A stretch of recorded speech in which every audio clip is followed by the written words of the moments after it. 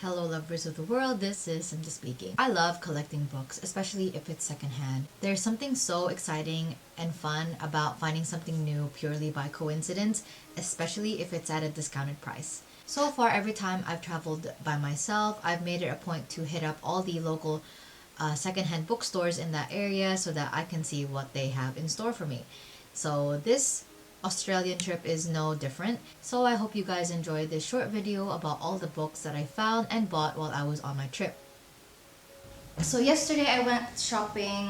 I just walked around the city. My goal had been to go to the bookstores that I wanted to go to, called Archive bookstores and Pulp Fiction. Pulp Fiction, they're both really amazing and like in really different ways. So Archive is like a really like old and like sophisticated, elegant, like it looks like your stereotypical like library because the shelves are really high. There's like books everywhere. Like it's a huge room, and it's so like it's all of it is like secondhand and old. There's like a lots of collectible things as well. There's like a little reading room that you can go to that literally looks like a library. This is the stuff that I got from Archive. I got Simon Brent, A Charles Paris Mystery Dead Giveaway.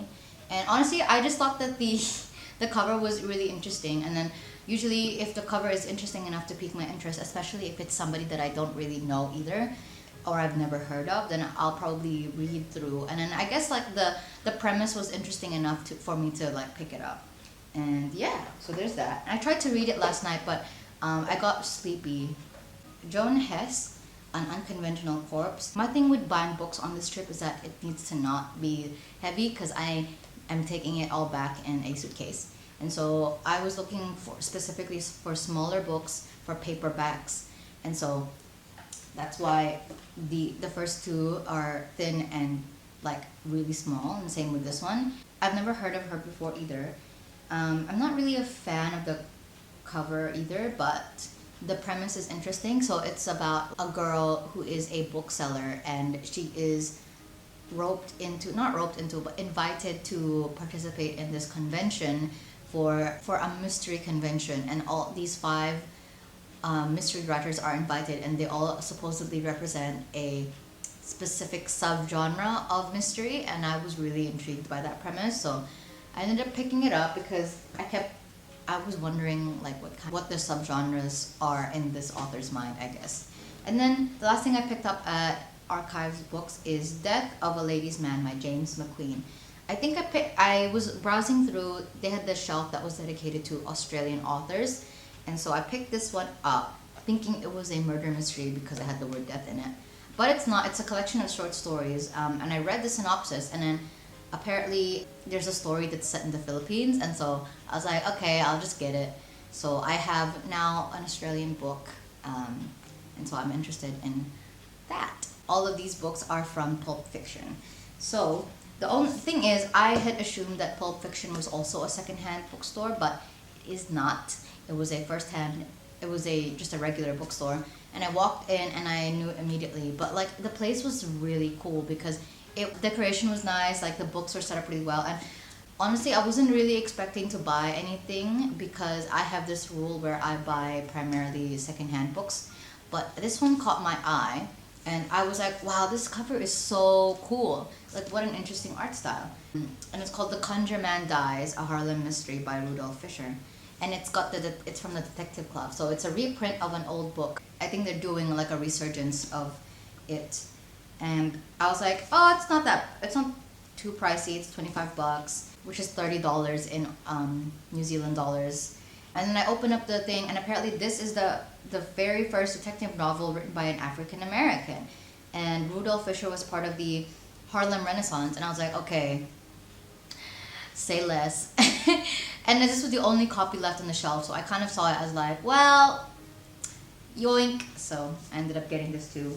And then I went up to pay for my thing, and the guy was really, really nice. Like you could tell, like usually when you can tell when somebody is a really nice person when they greet you at the door, like because he had like a really like what's the word, like a voice that carries, and like his cadence was just like really nice. So when I went up to him, it was pretty much inevitable that we would end up chatting because I love to talk. And I was really interested in what's it like living in Brisbane, like what's it like being a bookseller in Brisbane.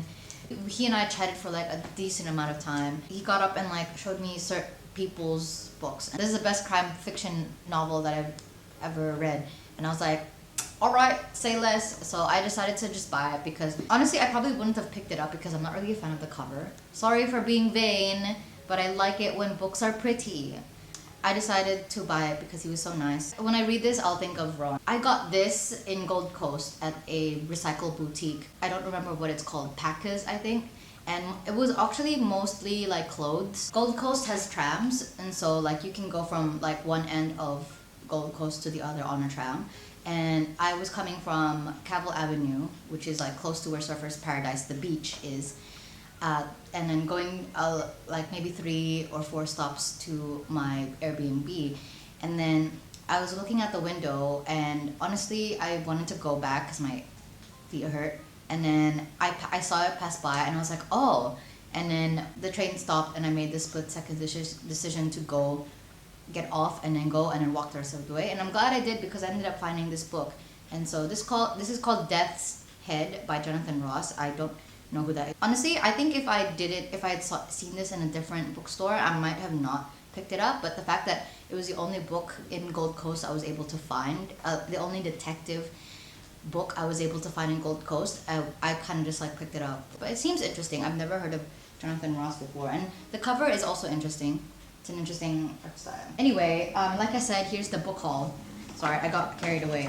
So I went to Bent Books, and that's also a really, really good secondhand bookstore. They were selling this for $5, and I was like, don't mind if I freaking do. So the 1970 movie of Death in the Nile is one of my favorite movies ever. And I've always told myself I need to go back and read the actual book because I haven't actually read it yet. I just saw the movie. Oh, also the 2002 movie directed by Kenneth Branagh is my least favorite movie ever. It sucks. Anyway, but this is such a find. I was so happy to have found it, and it was in the $5 pile. I was like, what the frick? Anyway, and then I found this other. Oh, this is so fun. So what happened is that I couldn't remember if I already had this book. So I already have, I think, a bunch of his others, but I couldn't remember if I had this in particular. So I had to call my mom and be like, can you look at my bookshelf and see if I already have this? So we like video called, and I was like, oh, okay, I don't have this yet. And I guess that says a lot about how much I hoard books if I can't even remember what I have and I don't have. But I have this. It's called Death on Gokumon Island, and a classic Japanese murder mystery from the author of the Honjin Murders.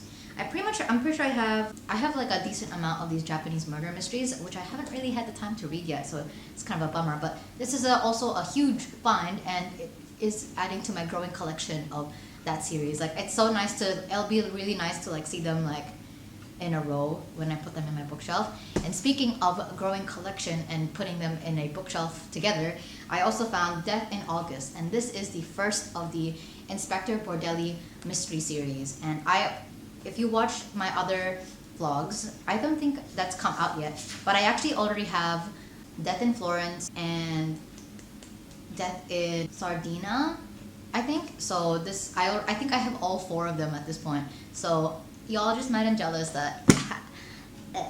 And that's it. That's my book haul for today. I'm not planning on going to any more bookstores because it would be insane if I did. I just have so many already, and how's it all gonna fit in my suitcase? I'm gonna find out so yeah, that's the book haul.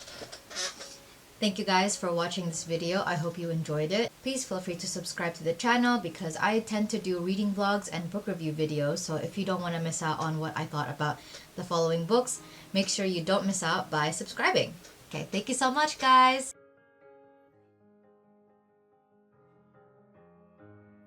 Gold Coast is